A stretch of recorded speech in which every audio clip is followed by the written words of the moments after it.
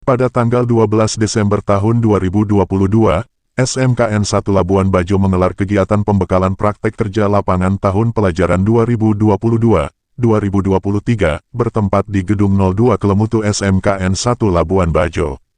Kegiatan pembekalan dihadiri oleh Bapak Aibtu Priyonusantoro, KBO Satres Narkoba Polres Manggarai Barat sebagai pemateri, Bapak Bribtu Rahel Erlenggo, Bamin Satres Narkoba Polres Manggarai Barat dan Ibu Bribda Suwari, Banit Unit Idik 1 Polres Manggarai Barat sebagai pendamping. Kegiatan pembekalan dipandu oleh Bapak Dominikus Syem SPD, dan dibuka secara resmi oleh Wakahumas SMKN 1 Labuan Bajo Bapak Karolus Nisa SPD, dan diikuti oleh peserta didik kelas 11 dari 6 jurusan, yaitu jurusan Usaha Layanan Pariwisata, jurusan Teknik Jaringan Komputer dan Telekomunikasi, jurusan Pengembangan Perangkat Lunak dan Game, jurusan Kuliner dan jurusan Perhotelan. Bapak Karolus dalam sambutannya menyampaikan selamat datang kepada Bapak Aibtu Priyonusantara dan teman-temannya, serta menyampaikan terima kasih karena berkenan hadir menjadi narasumber dalam memberi materi narkotika psikotropika dan bahan adiktif, dan mengajak siswa-siswi kelas 11 untuk mengikuti kegiatan pembekalan secara serius dan penuh perhatian. Selanjutnya, Bapak Karolus memberikan waktu seluas-luas kepada pemateri. Bapak Priyo menjelaskan terkait narkoba sebagai zat-zat alami maupun kimiawi, yang apabila dimasukkan ke dalam tubuh baik secara oral maupun secara injeksi, dan atau suntikan dapat mengubah pikiran, suasana hati atau perasaan dan perilaku seseorang. Adapun jenis-jenis narkoba, Bapak Priyo menyebutkan, yaitu ganja, sabu, ekstasi, tembakau, cap gorila, flaka, jamur tahi sapi dan obat daftar G. Sasaran peredaran narkoba Bapak Priyo menjelaskan, yaitu pertama, kelompok umur, usia yang paling muda dijadikan target bagi para mafia narkoba adalah generasi di usia 10 tahun sampai dengan 35 tahun. Kedua, kelompok masyarakat jalanan, yaitu orang-orang yang beraktivitas tinggi di jalanan seperti di tempat tongkrongan, kafe-kafe, tempat hiburan malam dan lain-lain. Dan ketiga, kelompok masyarakat yang bermasalah, yaitu kelompok masyarakat yang sedang mengalami masalah keluarga dan pekerjaan.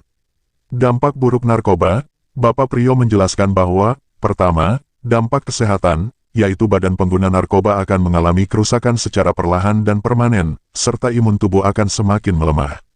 Badan semakin kurus dan tidak terurus, masa depan suram dan yang paling fatal adalah kematian.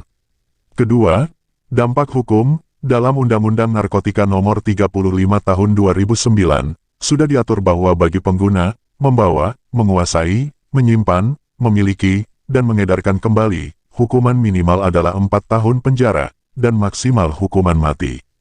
Jalur peredaran narkoba Bapak Priyo menyebutkan yaitu, jalur laut, darat dan udara.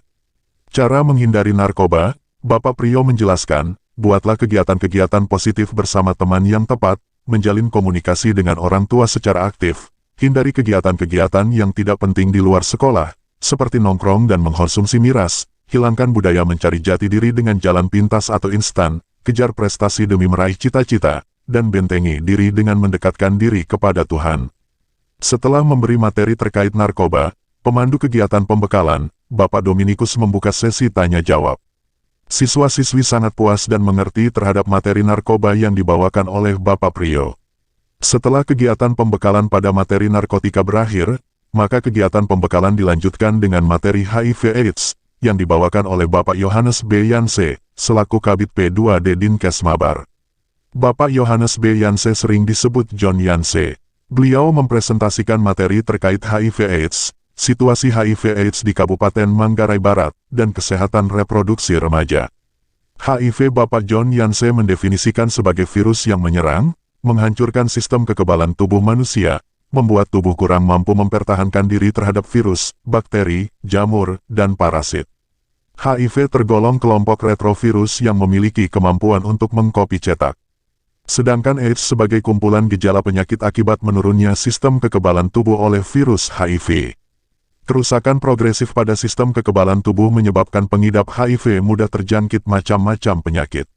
Setelah terinfeksi HIV biasanya tidak ada gejala dalam waktu 5-10 tahun, kemudian menunjukkan gejala kehilangan BB secara drastis, diare yang berkepanjangan tanpa sebab yang jelas, pembengkakan pada leher dan atau ketiak, batuk terus-menerus, ada bercak putih dan atau luka dalam mulut. Cara penularan virus HIV dan atau AIDS John menyebutkan, yaitu melalui hubungan seksual dengan orang yang sudah terinfeksi HIV, melalui transfusi darah atau alat-alat yang tercemar HIV, pengguna nafsa suntik, melalui ibu yang terinfeksi HIV kepada janin dikandung, atau kepada bayi yang disusui. Pencegahan dari HIV/AIDS John Yance menjelaskan, yaitu dengan abstinen, be faithful, kondom, no drugs, edukasi, gunakan alat suntik sekali pakai, hindari mabuk-mabukan yang melupakan diri. Selanjutnya, Bapak John menjelaskan kesehatan reproduksi sebagai proses kehidupan manusia dalam menghasilkan keturunan demi kelestarian hidup.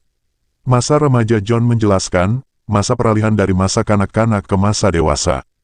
Kespro remaja sebagai kondisi sehat yang menyangkut sistem fungsi dan proses reproduksi yang dimiliki oleh remaja.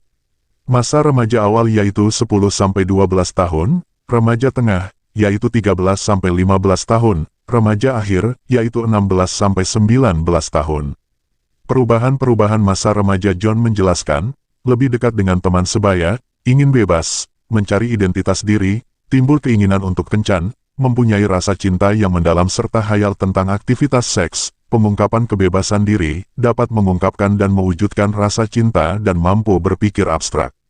Perbedaan tanda awal kematangan seksual antara laki-laki dan perempuan John menjelaskan, remaja laki-laki sudah dapat melakukan fungsi reproduksi bila telah mengalami mimpi basah, sedangkan remaja perempuan sudah dapat melakukan fungsi reproduksi bila telah mengalami haid. Pergaulan remaja laki-laki dan perempuan yaitu pacaran dan kencan. Akibat dari kencan negatif yaitu terjadi kehamilan pada remaja yang tidak diinginkan, gangguan kejiwaan seperti takut, tertekan, ingin bunuh diri dan putus sekolah. Situasi kasus HIV/AIDS di Kabupaten Manggarai Barat tahun 2018-2022, Bapak John Yance menyampaikan, tahun 2018 9 kasus, tahun 2019 25 kasus, tahun 2020 27 kasus, tahun 2020 19 kasus, tahun 2022 20 kasus. Dari materi pembekalan yang disampaikan oleh Bapak John Yance dan Bapak Priyo, siswa-siswi kelas 11 sangat terbantu karena sebagai upaya langkah preventif saat melakukan kegiatan PKL di dunia industri tahun 2023. Demikian informasi yang dapat kami sampaikan. Terima kasih atas kunjungan Anda di channel SMKN 1 Labuan Bajo NTT. SMK bisa, SMK hebat.